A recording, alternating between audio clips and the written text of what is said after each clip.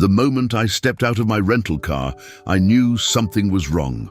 The luxury ranch vacation I'd booked online looked nothing like the photos. Where were the pristine cabins, the manicured grounds? Instead, I found myself staring at a collection of weathered buildings scattered across dusty terrain. "You must be Jake!"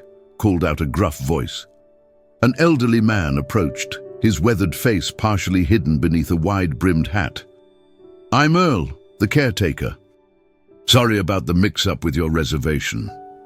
My heart sank as he led me past beautiful, well-maintained cabins toward a small, run-down shack at the edge of the property. The contrast was stark. While other guests enjoyed spacious accommodations with modern amenities, my room was barely larger than a storage shed. "This is temporary," Earl muttered, avoiding eye contact. "The other cabins are occupied."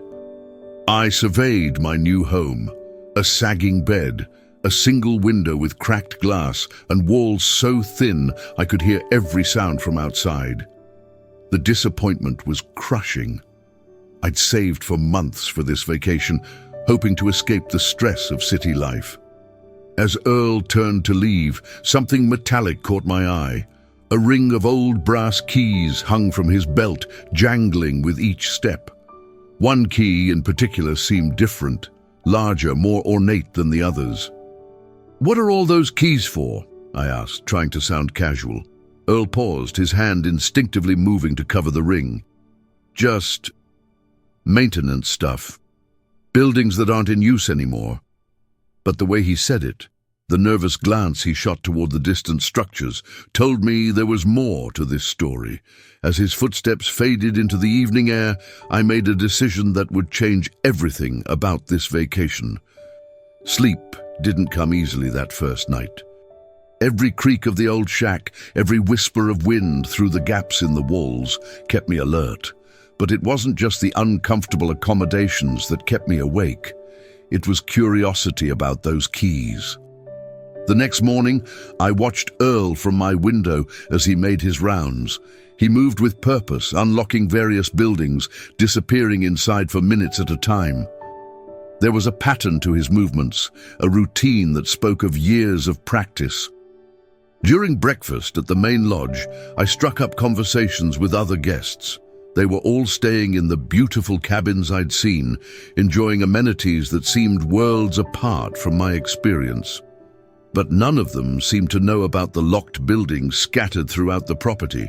"Oh, those old structures," laughed a woman from Dallas. "Earl told us they're just storage, nothing interesting."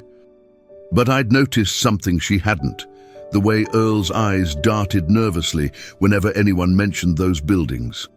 The way he changed the subject quickly, almost defensively. My opportunity came during lunch. Earl had left his jacket hanging on a fence post while he worked on a water pump near the main barn. The key ring was there, heavy with possibilities. My hands trembled as I carefully worked the largest key free from the ring. It was beautifully crafted. Unlike the modern keys surrounding it, this one was old, ornate, with intricate engravings that caught the sunlight. I slipped it into my pocket just as Earl returned. He didn't notice the missing key, but I could feel its weight against my leg like a secret burning to be revealed. That evening, as darkness settled over the ranch, I prepared for my first real adventure. The moon provided just enough light to navigate between the buildings without a flashlight. My heart pounded as I approached the first locked structure, a small cabin set apart from the others, its windows boarded up and door secured with an old padlock.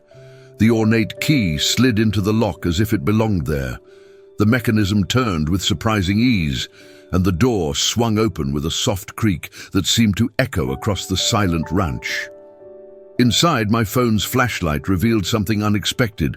This wasn't storage at all. The cabin was furnished like a museum exhibit, everything perfectly preserved from what appeared to be the 1940s.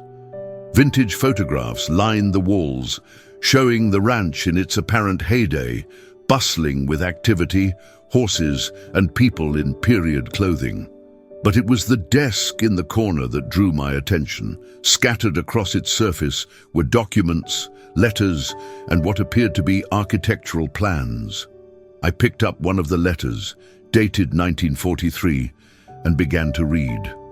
The letter spoke of hidden assets, of valuable items being concealed until the war ends and it's safe to retrieve them. It was signed by someone named Thomas Hartwell, apparently the ranch's original owner. My pulse quickened as I examined the architectural plans. They showed the ranch layout, but with additional markings, symbols and notations that weren't visible on the current property. Some buildings were marked with stars, others with cryptic numbers. A noise outside made me freeze. Footsteps on gravel, slow and deliberate. I quickly photographed the documents with my phone, returned everything to its original position, and slipped back outside. The footsteps had stopped, but I could feel eyes watching me from somewhere in the darkness. I locked the cabin and made my way back to my shack, my mind racing with questions about what I'd discovered. The next day brought new opportunities. Earl seemed distracted, spending most of his time on the phone in hushed conversations. I used his absence to explore more systematically, studying the ranch layout and comparing it to the architectural plans I'd photographed. The second building I investigated was larger, an old workshop that hadn't been used in decades. The same ornate key opened this lock as well, confirming my suspicion that it was some kind of master key. Inside, I found tools from another era, but more importantly, I discovered a hidden compartment behind a false wall. Inside were more documents, these ones detailing what appeared to be a systematic hiding of valuable items throughout the property during World War II. Thomas Hartwell, I learned, had been a wealthy collector who feared his treasures might be lost or stolen during the uncertain war years. The documents described an elaborate system of concealment with items hidden in various buildings and underground locations throughout the ranch. But here's where it got interesting. The documents also revealed that Hartwell had died suddenly in 1944 before he could retrieve his hidden collection. His family had apparently never found these instructions. I was beginning to understand why Earl was so protective of these buildings. Did he know about the hidden treasures? Was he searching for them himself? That evening, I overheard him on another phone call. Through my thin walls, I caught fragments. Still haven't found anything. Oh, Dan, that city boy is asking too many questions. The pieces were falling into place. Earl wasn't just a caretaker, he was a treasure hunter, and he'd been using his position to systematically search the property. But without the master key and the architectural plans, he'd been working blind. I had what he needed, and he didn't even know it. The architectural plans had shown something that intrigued me most: underground chambers marked with the largest stars. According to the documents, these contained the most valuable items in Hartwell's collection. The entrance was supposed to be beneath the old stable, hidden under what appeared to be a standard root cellar. I waited until Earl left the property entirely. He'd mentioned going to town for supplies before making my move. The stable was larger than the other buildings, and finding the entrance took time. But eventually, I located a section of flooring that sounded hollow when tapped. The boards lifted easily, revealing stone steps descending into darkness. My phone's flashlight illuminated a narrow tunnel that opened into a surprisingly spacious underground chamber. The air was dry, preserved by the same conditions that had kept the documents intact upstairs. What I found down there took my breath away. Wooden crates lined the walls, each marked with inventory numbers that corresponded to lists in Hartwell's documents. I opened the first crate with trembling hands and found myself staring at what appeared to be genuine Native American artifacts, pottery, jewelry, and ceremonial items that belonged in a museum. The second crate contained paintings, carefully wrapped and preserved. Even my untrained eye could tell these were valuable, possibly works by famous artists that had been thought lost. but it was the third crate that made me understand the true magnitude of this discovery. Inside were documents and photographs detailing Hartwell's relationship with various Native American tribes in the region. He hadn't been just a collector, he'd been a protector, hiding sacred artifacts and cultural treasures from those who would exploit or destroy them. This wasn't just about money, this was about preserving history and culture that rightfully belonged to the people it came from. I spent hours in that underground chamber, documenting everything with my phone and trying to understand the full scope of what Hartwell had preserved. But when I finally emerged, Earl was waiting for me. "I figured it was you," he said, his voice a mixture of anger and resignation. "Been watching you sneak around at night." For a moment we just stared at each other. Then, to my surprise, his shoulders sagged and he sat heavily on a hay bale. 30 years, he said quietly. 30 years I've been looking for that entrance, found all the other hiding spots, but never the big one. "You've been stealing from the collection," I said, though without much accusation in my voice. He nodded slowly. "Started small. Just a few items here and there to help with ranch expenses. The place has been losing money for decades. But then I realized what this could all be worth. It's not about the money, Earl. Easy for you to say. You don't have a failing ranch and medical bills piling up." I understood his desperation, but I also understood something more important. These artifacts, they don't belong to either of us. Look at the documentation. Hartwell was protecting them for the tribes. Earl was quiet for a long moment. "I know," he finally admitted. "I've always known. That's why I could never bring myself to sell the really important pieces." "Then help me do the right thing." He looked up at me, something shifting in his weathered face. "What do you mean?" "Help me contact the tribal representatives. Help me return these artifacts to their rightful owners." For the first time since I'd arrived at the ranch, Earl smiled, a genuine relieved smile. The next few days transformed everything about my ranch vacation. Earl and I worked together, carefully cataloging every item in Hartwell's collection and researching the tribal connections documented in his papers. What we discovered was remarkable. Thomas Hartwell had been far ahead of his time, working closely with tribal leaders in the 1940s to protect sacred artifacts from collectors and museums that had no right to them. His collection was actually a preservation effort, meant to keep these treasures safe until they could be properly returned. Earl proved invaluable in this process. His 30 years on the ranch had given him connections throughout the region, and he knew which tribal councils to contact. His guilt over his previous actions motivated him to work tirelessly to make things right. "I should have done this years ago," he admitted, as we carefully packed artifacts for transport. "Pride and desperation make you do stupid things." The first tribal representative to visit was Maria Crow Feather, a cultural preservation specialist from the local Lakota community. When she saw the artifacts we'd found, tears came to her eyes. "Some of these pieces have been missing for over 80 years, she said, gently handling a ceremonial pipe. "My grandfather told stories about them. We thought they were lost forever." Word spread quickly through the Native American communities in the region. Soon, we had representatives from multiple tribes visiting the ranch, identifying artifacts that belonged to their people and sharing stories about their cultural significance. The transformation in Earl was remarkable. The guilt and secrecy that had weighed on him for years lifted as he saw the joy these returns brought to the tribal communities. The ranch began to feel alive again, filled with purpose and meaning. What happened next surprised everyone, especially Earl. As word of our discovery and our efforts to return the artifacts spread, the ranch began receiving visitors for entirely different reasons. The tribal councils, grateful for our work, proposed something extraordinary. They wanted to establish the ranch as a cultural center and educational facility, where their history and traditions could be shared with the public in a respectful, authentic way.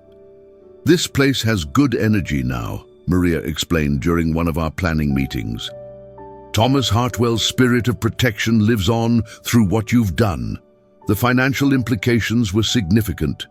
Instead of struggling to maintain a failing guest ranch, Earl would be managing a thriving cultural center with steady funding from grants, educational programs, and respectful tourism. But the personal rewards were even greater. I watched Earl transform from a desperate, secretive man into someone filled with purpose and pride. The weight of his guilt had been replaced by the satisfaction of meaningful work. For me, the experience had been life-changing as well. What started as a disappointing vacation had become an adventure that connected me to history, culture, and something larger than myself.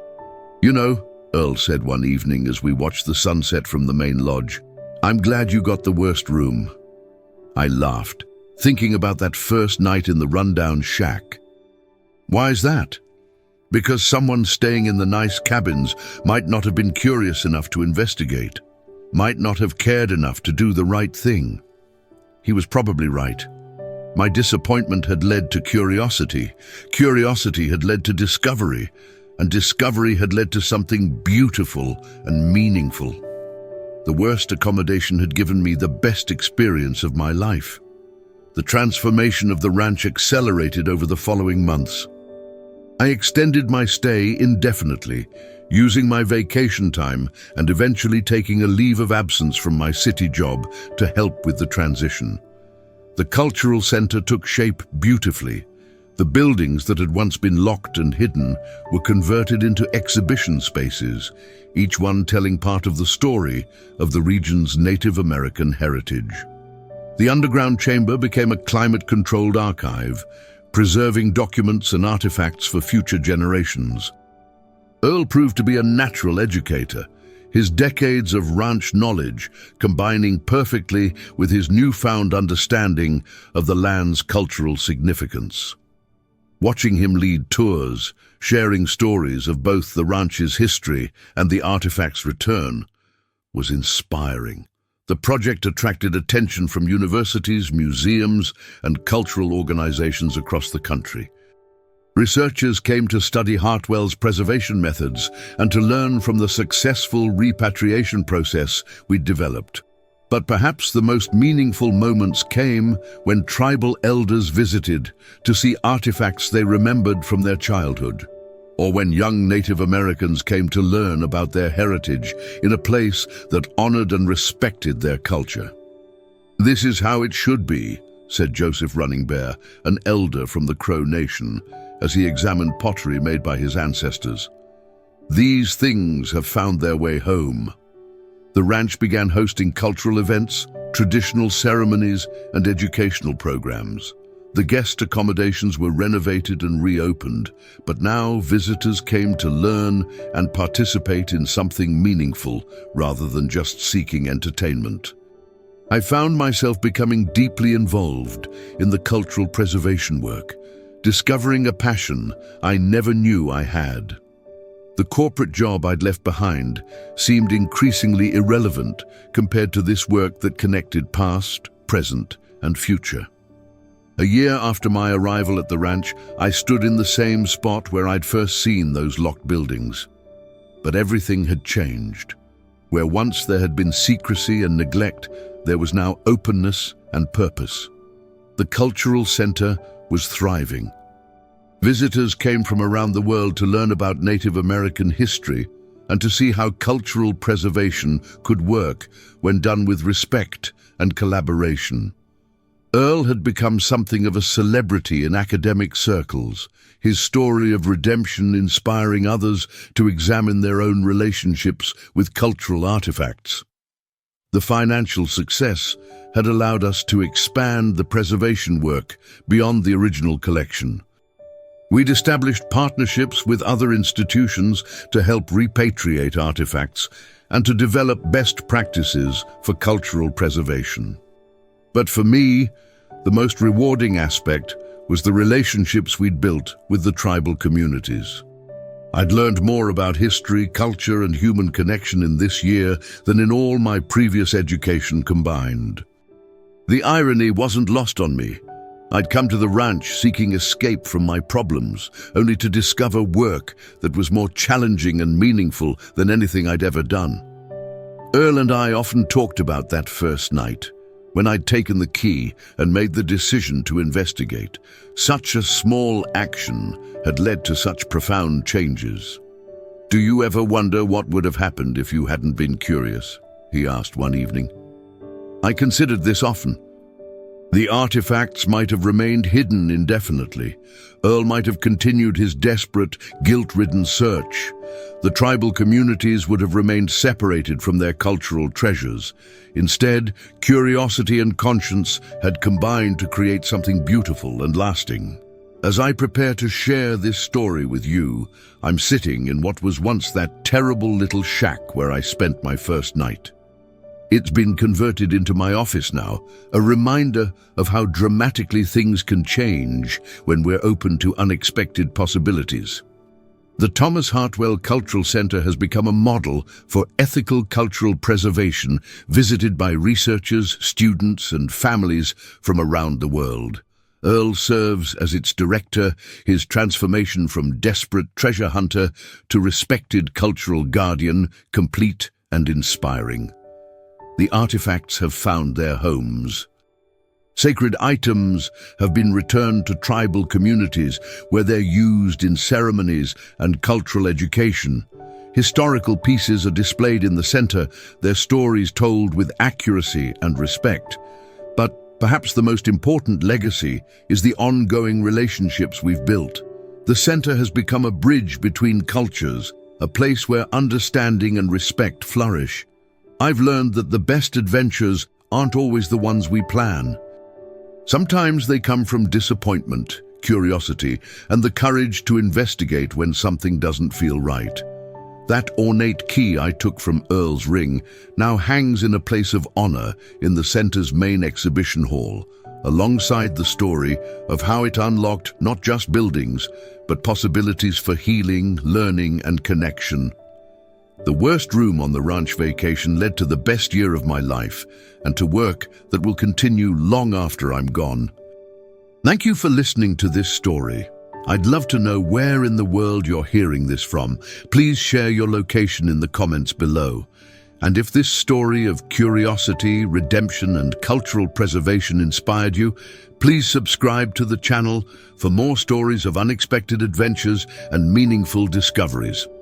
Sometimes the worst situations lead to the best outcomes. You just have to be curious enough to find the key.